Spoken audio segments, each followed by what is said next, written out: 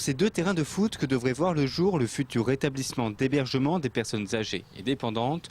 Un projet dans les cartons depuis 2001. Celui qui sortira de terre a été initié en 2005. Actuellement, le permis de construire est en cours. À cela s'ajoute le déménagement du foyer de vie pour personnes handicapées, actuellement situé à Fouchères. Tout ça, ça prend beaucoup de temps à avoir les autorisations de l'État.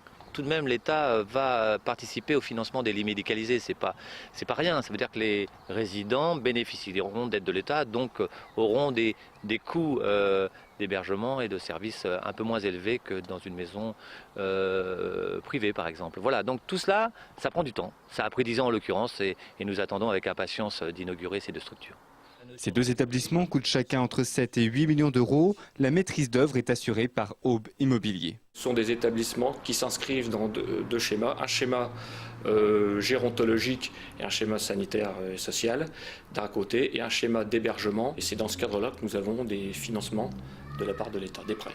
C'est à peu près une centaine d'emplois qui seraient créés dans ce secteur-là à l'échelle du canton.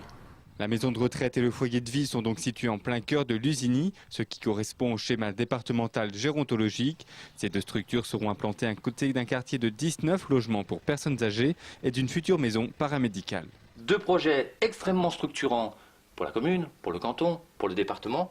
C'est de l'emploi, une centaine d'emplois, je le disais tout à l'heure. C'est aussi du travail pour les entreprises, 2 fois 4000 m², 2 fois 7 millions d'euros sur ces projets-là. Ce sont des projets que l'on imagine depuis 10 ans et qui vont enfin, j'oserais dire, prendre forme et c'est tant mieux. Chaque établissement accueillera 75 personnes, 15 places sont réservées aux malades d'Alzheimer.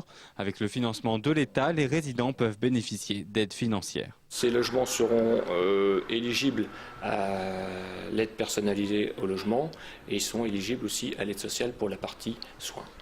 Il y aura des conditions de ressources pour les futurs occupants, qui est la contrepartie des prêts bonifiés que nous a consentis la Caisse des dépôts et consignations. L'EHPAD sera géré par l'Azimat, le foyer de vie par la Fondation nationale de la Caisse d'épargne.